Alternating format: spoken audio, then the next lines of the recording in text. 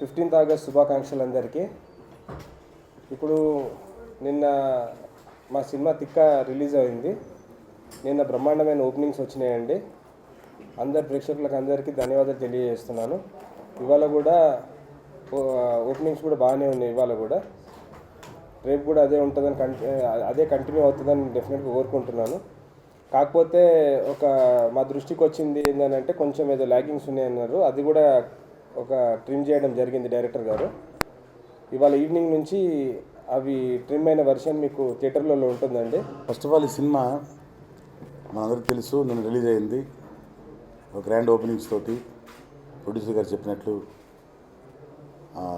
4 crores net shares తోటి ఈ cinema first day collect చేయడం జరిగింది.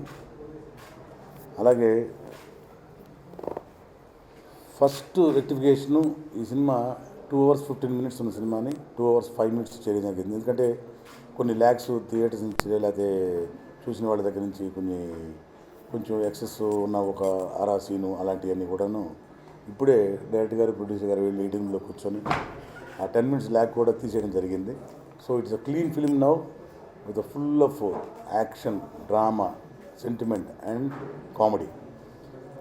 టోటల్గా 2 hours 5 minutesలో 100%